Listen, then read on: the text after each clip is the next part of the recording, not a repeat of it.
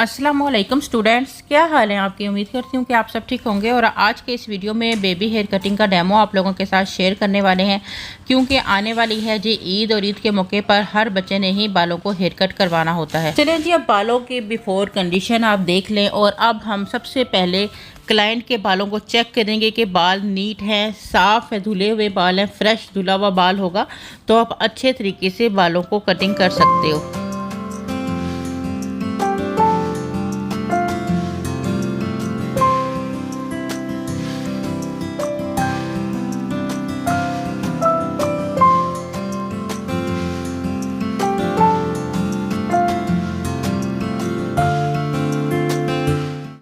बालों की washing complete कर लेने के बाद टॉवल ड्राई कर लेने हैं, और गीले बालों पर ही कटिंग करेंगे तो ज़्यादा अच्छे से मैनेज कर पाएंगे आप बालों को, ठीक है।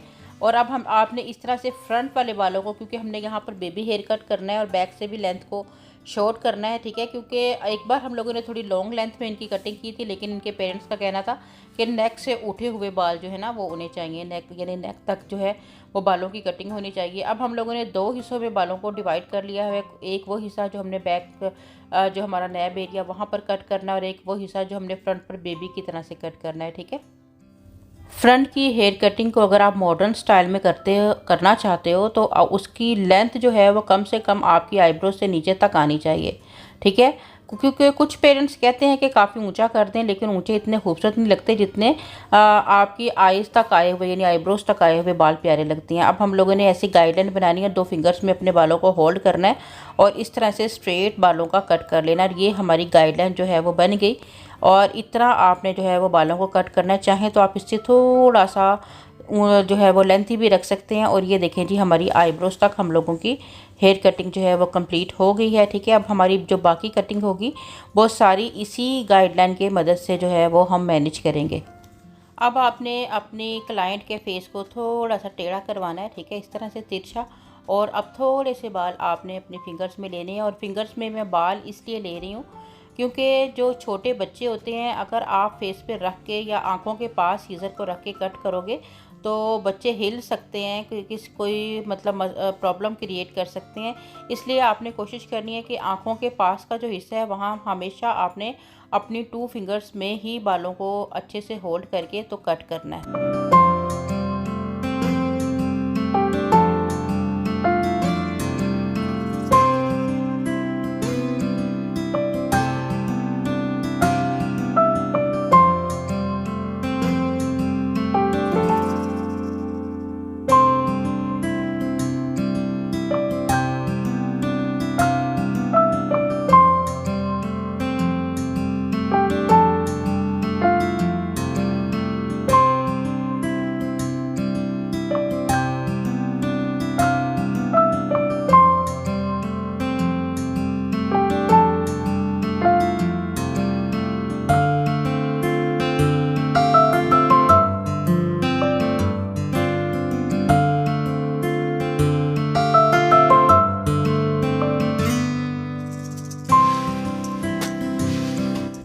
अब अगर आप चाहें तो अपना कट पीछे से जस्ट ट्रिम करके इसके साथ मिला सकते हो, ठीक है। तो ये देखें कितना खूबसूरत इनका हेयर कट लग गया। ड्राई होने के बाद ये बहुत ही खूबसूरत दिख सकता है।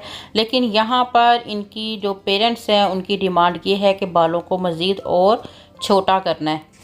और अब बैक साइड की आपने कटिंग करनी है। बैक साइड पर कम से कम भी हम बिल्कुल कानों के पास तक जो सेक्शन है वहाँ तक हेयर कटिंग करेंगे। और इस तरह से आप यहाँ पर आप सीज़र को रख कर भी यूज़ कर सकते हो ज़ीरो एंगल पर, क्योंकि यहाँ पर कोई इतना मसला नहीं है फ्रंट पे, क्योंकि आइज़ का मसला होता है। इसलिए हमेशा फिंगर्स में बालों को पकड़ के जो है वो आपने कट करना होता है। और अब ये देखें, आपने फटाफट से यहाँ की कटिंग ज़्यादा ईजी है। फ्रंट की कटिंग में थोड़ा सा मसला था, क्योंकि बच्चे भी थोड़ा सा डिस्टर्ब कर रहे होते हैं, क्योंकि उनको लग रहा होता है कि उनकी आइज़ के पास सीज़र चल रही है, या वो थोड़े घबराए डरे हुए फील हो रहे होते हैं। लेकिन बैक पर कोई थोड़ा सा अगर मसला होता है तो ये होता है कि वो सर को सही से झुकाते नहीं है, ठीक है। अगर सर सही से नीचे की तरफ झुकेगा तो आप आसानी से ज़्यादा अच्छी कटिंग कर सकते हो।